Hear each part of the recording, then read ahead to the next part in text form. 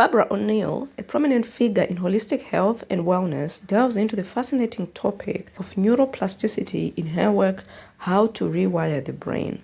Now, this concept is centered around the brain's ability to reorganize itself by forming new neural connections throughout life. In this video, we're going to listen to Barbara O'Neill's lecture on how to rewire the brain. She emphasizes the part of the brain that God communicates with us, which offers a thought-provoking investigation into the interface of brain science and spirituality.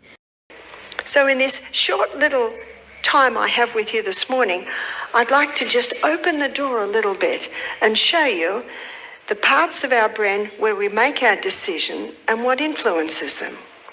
So we're going to begin by looking at the brain. Now the brain, from side on, it looks a little bit like this. And there is what's called the limbic system. And the limbic system basically takes up about that part of the brain. And this limbic system is often called the emotional brain. And I think we all know about emotions. And I think we all know that emotions aren't a very good guide because they go up and down like the wind. But there's another part of our brain that God designed to actually control that limbic system, that emotional part of the brain. So to do this, we're going to have a look at the brain from top down. From top down, you will have a look at the brain like this, and in the front part of the brain, and we're going to call this the right side of the brain and the left side of the brain, and I think the way you're looking it is. So in the right part of the brain, you could call that the I want section. That's down there. Sorry, not the I want, the I won't. Now this is a very important part of the brain. Where it's very important is, no, I won't have that cigarette. No, I won't have that cup of coffee. No, I won't have that big steak. I'll have a bowl of lentils instead. And on the left part of the brain is the I will. And the I will part of the brain is also very important because I will get out of bed and exercise this morning. I will go to bed early. I will make decisions that are helpful for my body. So you've got the I won't and you've got the I will. And we need a little bit of balance in there, and that's where we come to.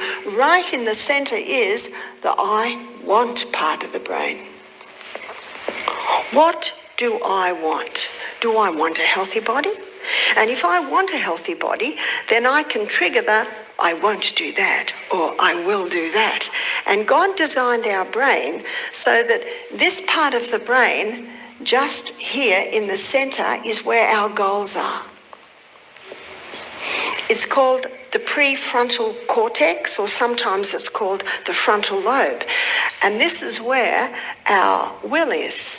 This is where we make our decisions, and and the I will or the I want threaded through the won't through the I want. That's actually what should govern our decisions, and that's so important because our decisions determine our destiny.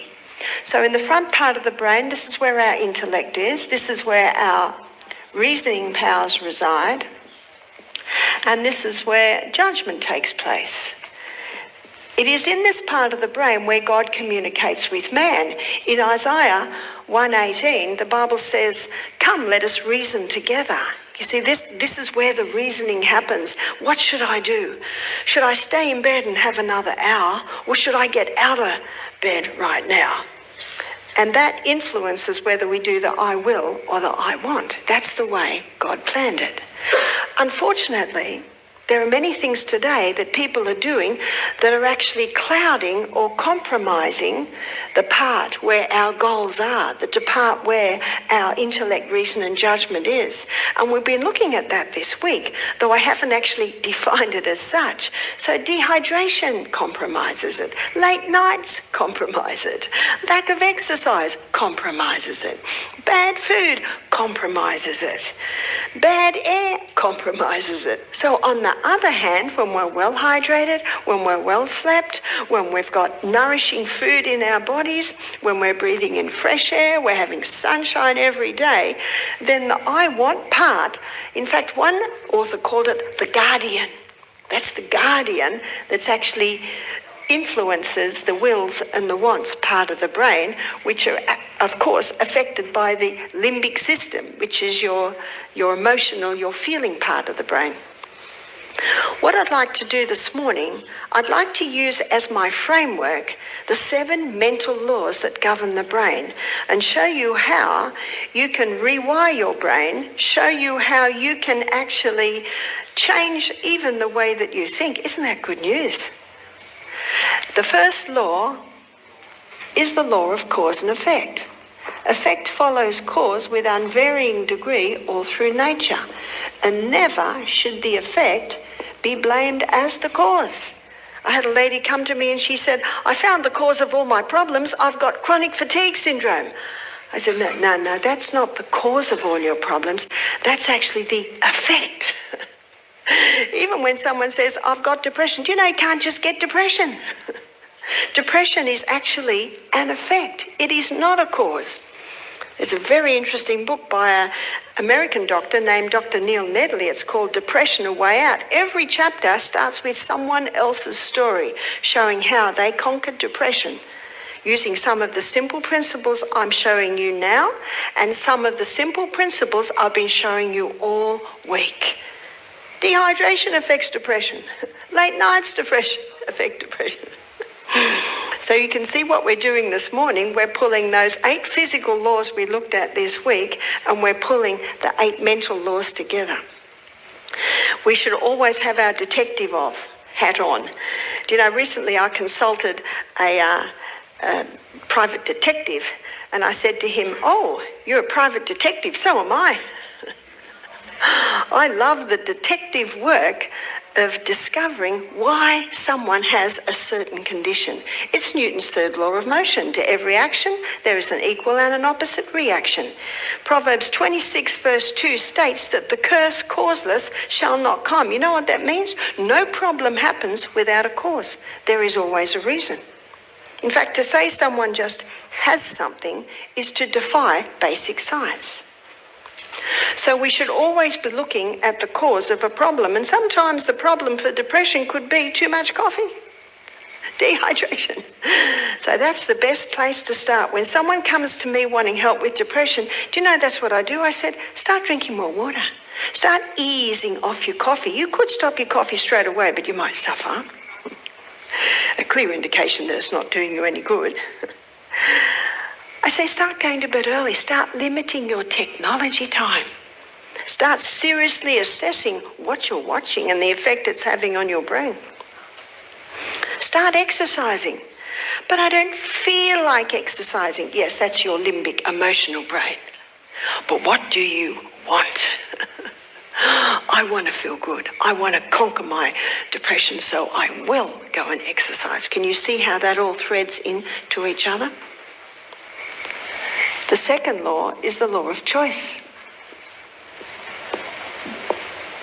And the law of choice, as you can see, is determined in that I want, the frontal lobe part of the brain, your guardian, where your goals are. This is what you feel like doing, but this is what you want, so that influences your decisions. And when you're well slept, well hydrated, well sunned, well exercised, well fed, that I want part of the brain is a lot stronger. But we've got something else coming here, and that's habit. You've heard of habit? Habit can be our best friends or our worst enemies. To understand habit, I'm going to draw your brain cell. Here's your brain cell. It's your nerve cell. And we have 1 trillion of these in our brain. They're the dendrites, or the receiving stations. And this is the arm that comes out of the nerve cell. These are the little filaments on the end. They're the boutons. Here is the next nerve cell.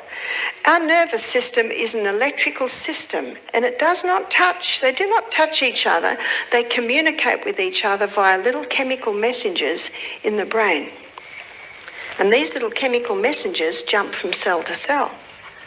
So the chemical messengers come in, they're encapsulated in the nucleus, and then they're sent down the arm. And they come into the boutons, and then they're released out to the next nerve cells. Now, those messages can be travelling anywhere between 2 and 200 miles an hour. Wow, in a crisis, anyone that's been in a war zone, they know you're moving, and you're moving very fast. Now, even though you're just sitting here, your brain cells can be moving fast because you're considering everything that you're hearing right now. And when you are hearing the things you're hearing, your brain is processing it through your I want. In fact, you're probably hearing some things and you're probably thinking to yourself, I won't have that coffee anymore. Or maybe you're hearing some things and you might start to say, yeah, I'm going to do that. I'm going to go to bed earlier tonight so that I will get up and I will. Can you see it all threads through that? It's an amazing brain. In fact, science still doesn't totally understand the full functioning of the brain. If someone says, do you have a computer? You have. You've got the most amazing computer on the planet, which is the brain. And did you know that everything you're hearing today, you will be processing. You'll be processing through what you want, through your goals. You'll be processing it through your intellect, reason and judgment. And you'll be putting in certain spots. And when you go to sleep tonight, ideally you'll be able to get to bed by 9 tonight. What a joy. Someone's been keeping you up all week. You haven't been able to get to bed till 9:30. When you go to sleep tonight between the hours of 9 p.m. and 2 a.m., then your brain starts processing and filing the things that you heard today. It's an amazing process.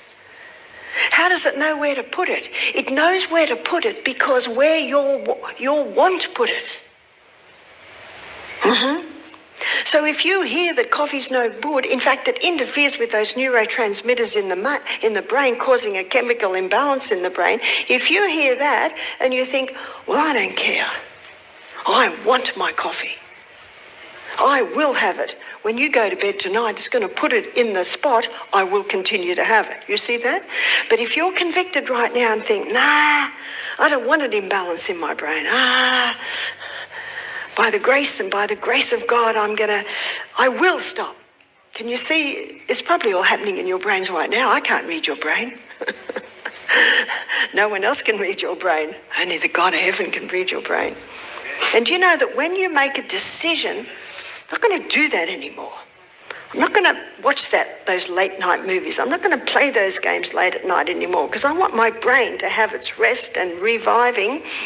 Do you know, as soon as you make that decision, God says, heard you, gotcha, and I'm going to help you do it. By melding insights from neuroscience and profound spiritual concept, Barbara O'Neill opens doors for a greater understanding of faith in divine communication.